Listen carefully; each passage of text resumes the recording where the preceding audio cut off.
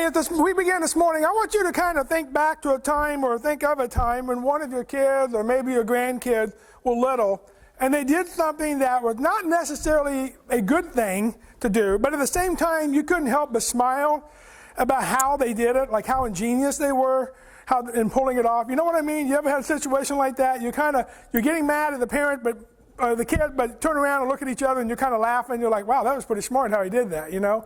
Or, maybe you had a situation like that. Or maybe you can think of a white-collar criminal who managed to pull off some big con of some kind. And you thought to yourself, that really took some creative thinking and some fast thinking. It's just kind of, in some ways, it's a little admirable, even though what they did was completely wrong. I've often thought to myself that, if half of the white-collar criminals, in the prison nowadays just would have used their brains for something that's ethical and moral, they'd be multimillionaires. So I don't know, maybe you know people like that. In fact, you might have seen this guy before. I don't know if anybody recognizes this guy, but his name is Frank William Abagnale. If you've heard that name, it's because there was a movie about his life called Catch Me If You Can, starring Leo DiCaprio. Came out several years ago now. But when Frank Abagnale was 15 years old in the 1960s, he had the advantage of looking a lot older than he really was. He was also in desperate need of money because he had run away from home. And as a result, he began to use his looks and his brain to pull off some pretty creative scams. What started out small eventually kind of evolved into a series of incredible things that he did. On one occasion, for example, when he first started, he noticed a drop box location at an airport nearby where the airline and the car rental employees would drop off their daily collection of money. So he got the bright idea to go rent a security guard disguise at a local costume shop or what have you, and he put a sign over the box saying, "Out of order, please drop off bags to the security guard." And he couldn't believe how many people did it. A drop box. How can a drop box be out of order, right? But people were handing him bags of money. And the next day, when their deposits weren't there, they couldn't figure out why. Well, this evolved into, later on, calling Pan Am Airlines, and that tells you how long ago this was, calling Pan Am Airlines from a payphone and pretending to be a pilot whose uniform got lost by the cleaners at the hotel that he was staying at. So using a fake employee ID number, they sent him a new uniform.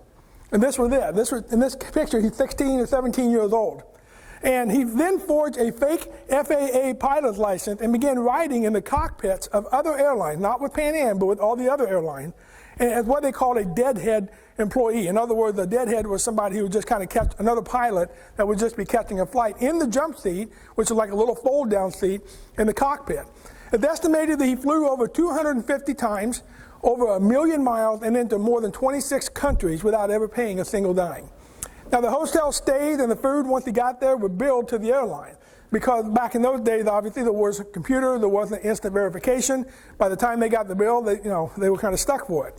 For money, he actually obtained the equipment and the resources to create fake company checks from Pan Am Airlines, and he cashed them at banks, and back in those days, you could also cash them at airline service desks. And he did this to the tune of $2.5 million. And again, this is back in the 60s and 70s.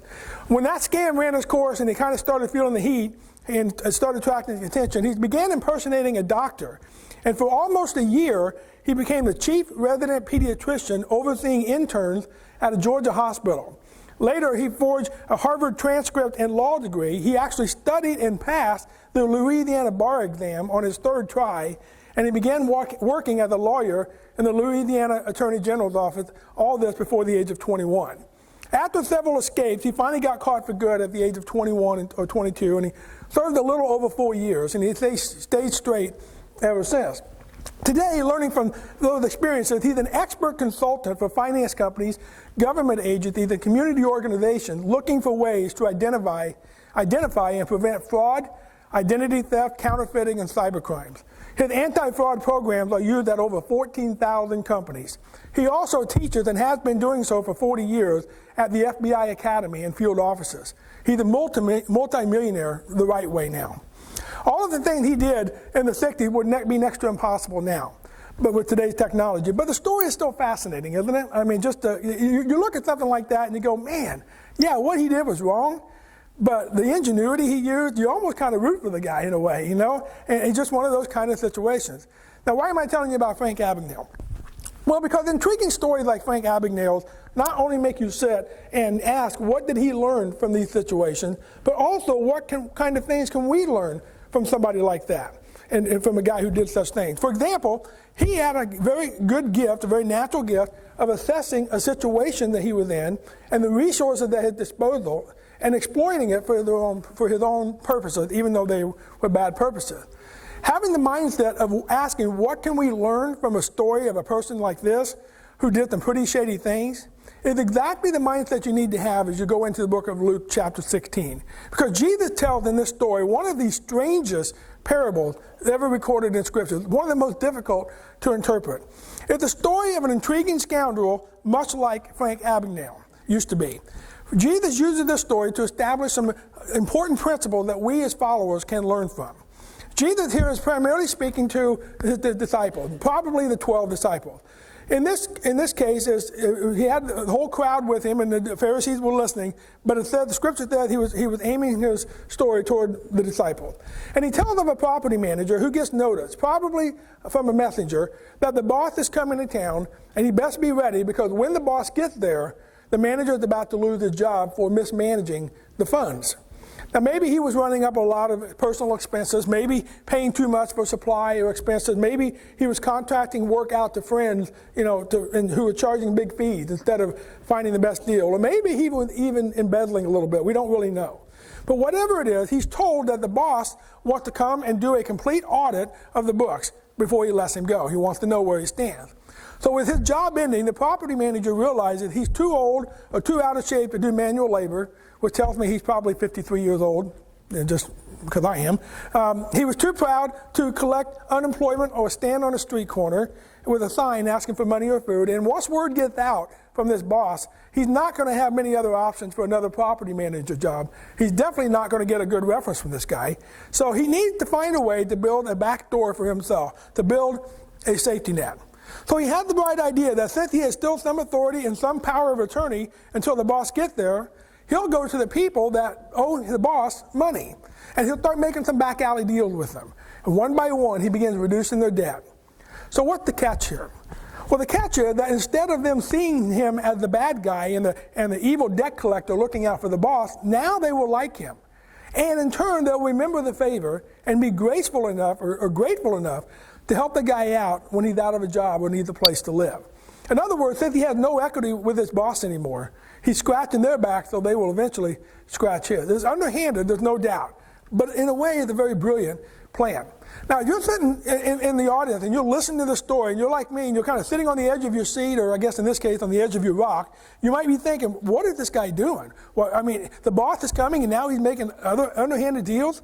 I mean, this guy, he's going to get skinned alive when this guy shows up. What is he doing? You're hanging on the edge of your seat, and all of a sudden, Jesus kind of throws a little twist into the story. Instead of the boss attacking the guy or even executing him back in those days, which would have been very possible, instead of doing that, instead of getting angry, he is impressed by what the manager did, and he praises him, telling him how smart that really was. And you look at this story and you go, what? Why would he congratulate the guy? That makes no sense whatsoever. Well, actually, it kind of does. And you might wonder to yourself, well, how does that make sense? How does it make sense that the boss would have been nice about this and praising him instead of being livid over what he did?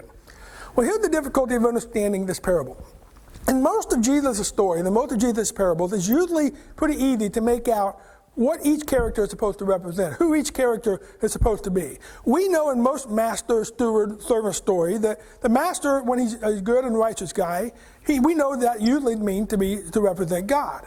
And the steward is usually a disciple or a religious leader, depending on whether it's a good story or a bad story, and how it's going to end.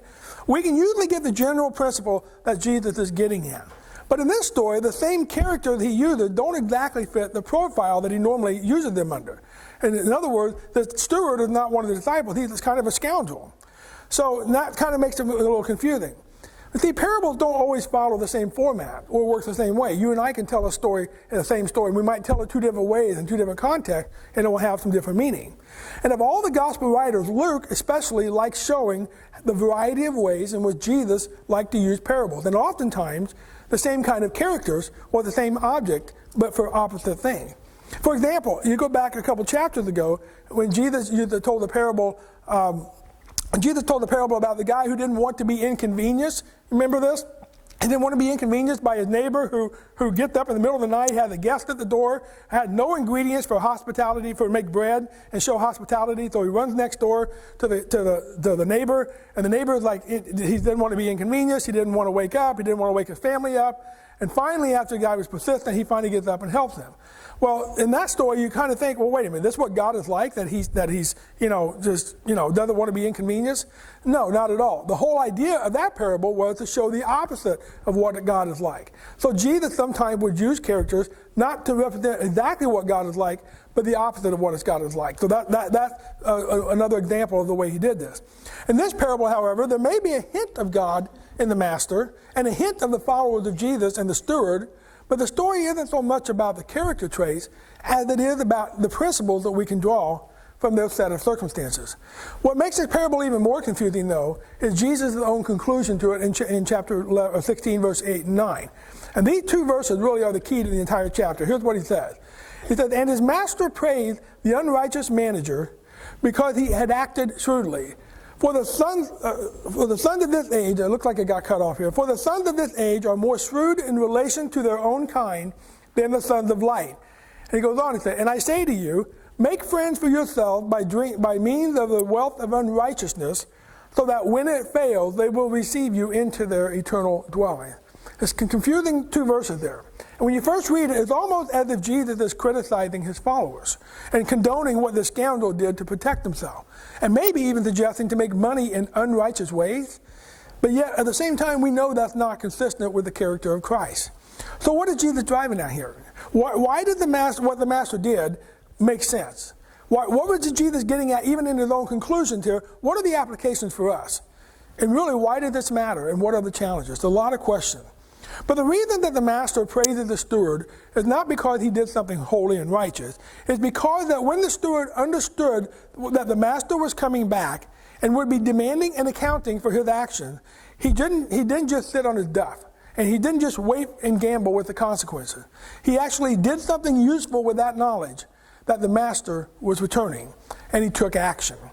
Now, if you go back to the master steward story in chapter 12, there's another parable that Jesus told.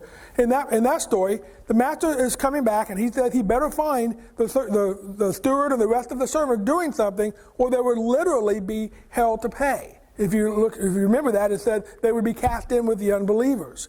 In other words, the master expected the steward to be doing something kingdom-focused in light of his future return. And the story here is sort of part of that same lesson. The master commends the steward for doing something in the light of his return. So that's one quality or one thing we draw from this story. And there's another quality of the steward that we can also learn from in this unusual story, which is that he wisely assessed his situation. He considered the returning master, he looked at his impending doom, his resources and his limitation, and he leveraged what time he had left and what resources he had at his disposal to improve his odds for survival and his success for his future. He basically used them to create a safety net for his own personal gain, his own personal future. To put it simply, he was prudent. And Proverbs 27:12 says that the prudent sees danger or disaster ahead and takes appropriate action. But the foolish man just keeps going on as things are and ultimately pays the price. And Jesus said that his followers can learn a big lesson from observing all this. In fact, he says, worldly people are usually much better at securing a strong worldly future for themselves than kingdom people are at planning and securing a strong eternal kingdom future for themselves. Sadly, even many Christians today seem to pay more attention to building a safety net for ourselves in the world than we do actually for the future world. Too often we allow the temptations and the lure of luxury that will only last 50 to 60 years to rob us of opportunities to build toward a treasure that will last for an eternity. Let me give you what I think here is a big idea, and it's going to get cut off. I've got a different program I've been using. I've got to get rid of it. But let me give you what I think is the big idea in this parable, in a sentence, and then we'll kind of expand on it a bit. Here's the big idea. In light of the fact that you know your master is returning and will determine an accounting of how you use the resources at your disposal, determined to become more focused and wiser on using what little time you have on earth to leverage them for kingdom purposes. That's the key here. We need to learn to be intentional about leveraging the worldly resources we have for kingdom purposes. So how do we do that? How do we become better at preparing for a strong eternal future and advancing the kingdom in the process? Well, obviously we're encouraged often in Scripture to give to those who lack some of the basic necessities of life due to circumstances they can't help. We see in Matthew 25, to feed the hungry, clothe the naked, things like that. And we also give support to the work of the church in regard to structures and salaries and support programs and all those kind of things. But through this parable, in his application statement in verse 9, Jesus kind of zooms in on a very specific way of how we can use our worldly treasure to grow our kingdom treasure. And that's this: by intentionally seeking out and creating worldly relationships that can be turned into eternal relationships. It looks like I skipped one here. Keeping in mind that we just came off of the parable of chapter 15, this is the avenue that Jesus seems to be promoting to help us find the lost sons and daughters and to bring them back to God by using our worldly relationships that can be turned into eternal relationships. And creating these relationships is something we can do individually and it's something we can do corporately.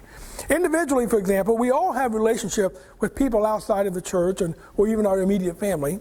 Maybe the relationship we have with co-workers or friends we had in school or people we know through other interests. Maybe if you frequent a convenience store or a favorite restaurant. Over time, you develop just naturally some type of relationship with the employees of those establishments. If you go to sporting events or your kids' extracurricular activities, you develop a relationship with people you see regularly. Sometimes you even hug people you don't know, right, Virginia? She's telling me this morning how the Brazil or the Northview and Clay City game, everybody was so happy about the ending, she ended up hugging some lady she didn't even know. But that's how you create relationships.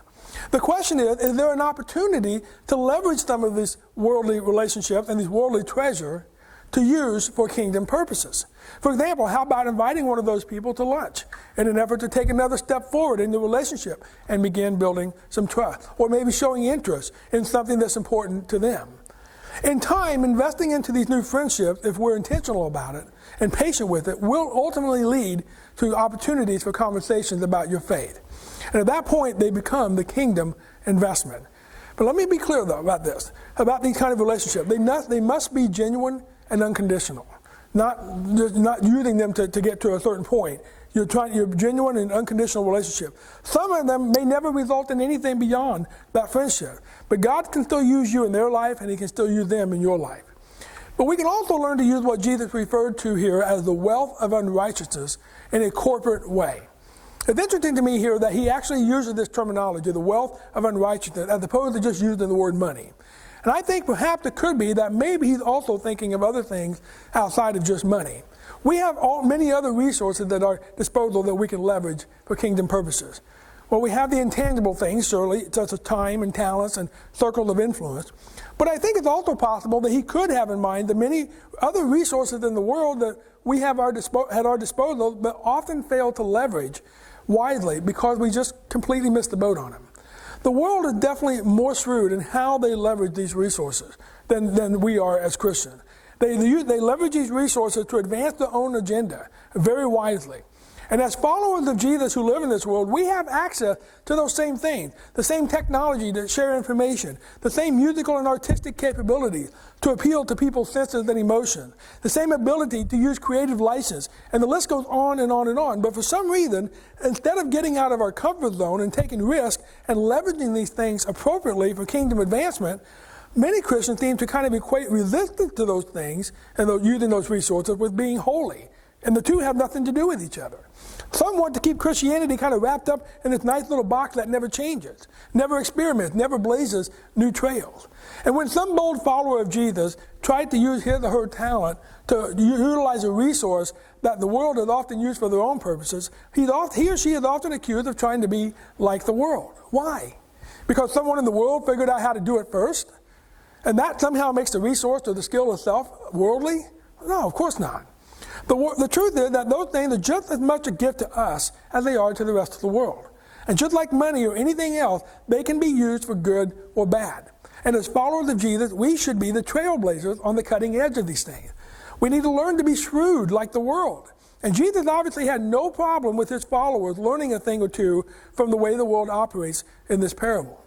We need to learn to be bold in exploiting and leveraging resources in a positive way.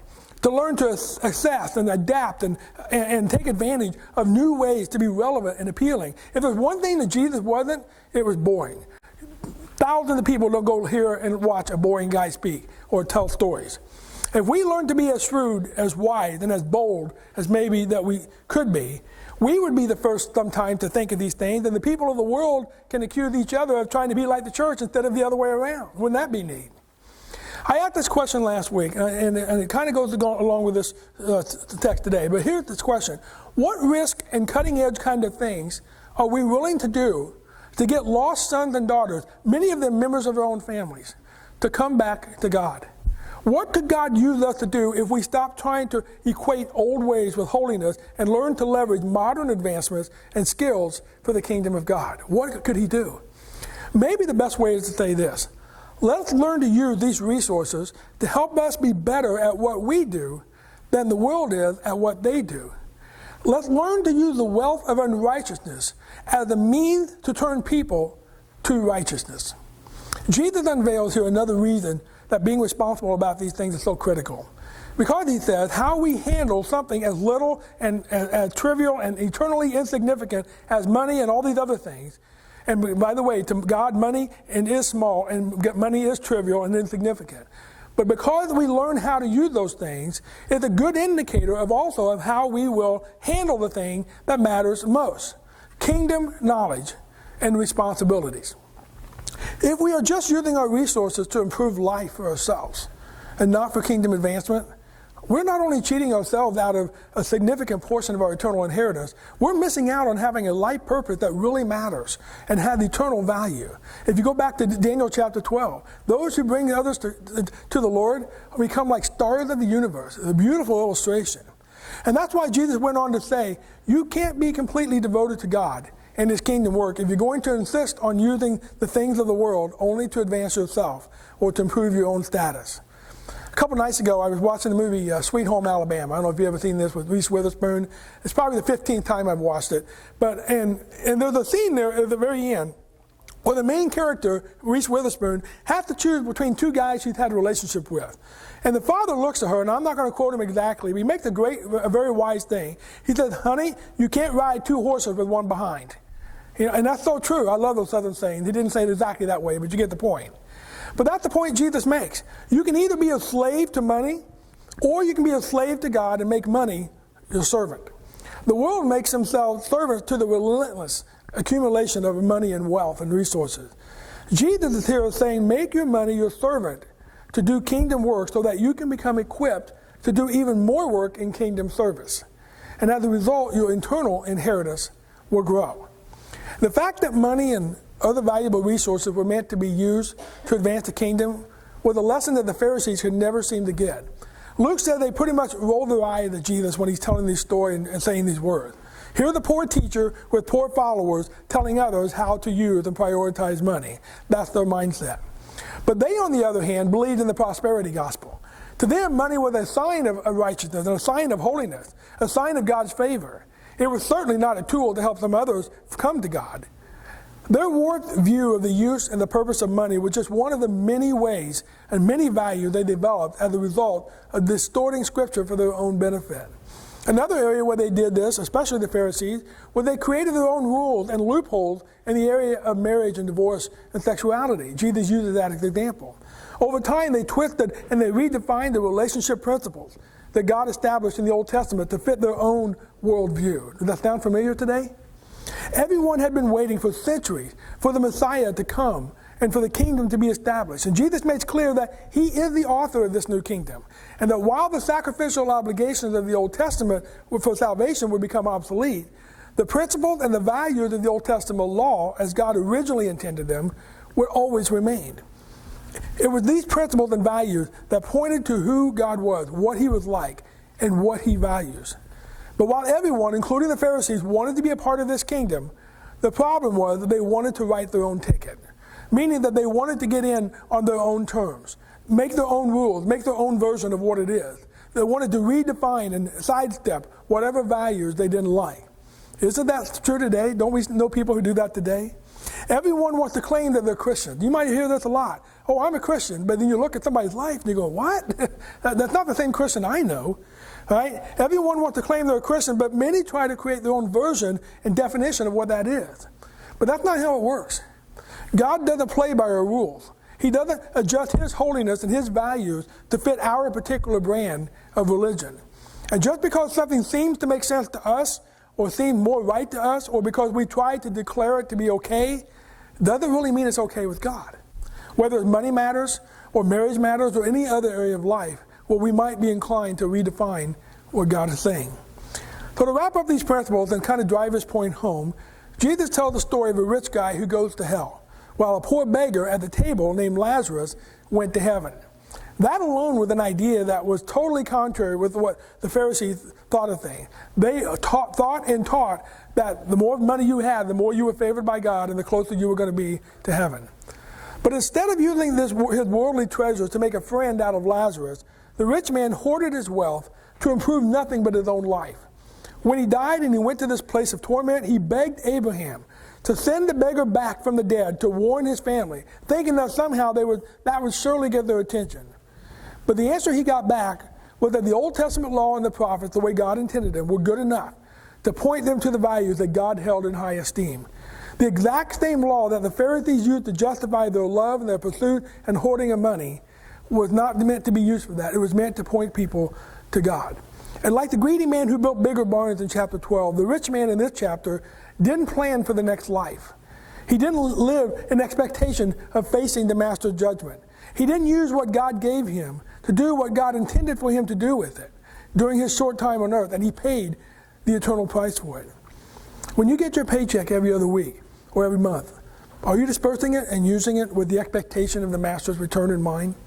Are you looking for new ways and taking advantage of ways to create friendships with people far from God just for the purpose of eventually hoping making them eternal friends? And even if they don't, you've gained a new friend in the process. Are you using the resources of the temporary world to prepare for the eternal world to come? That's the question we have before us in Luke 16. Let's pray.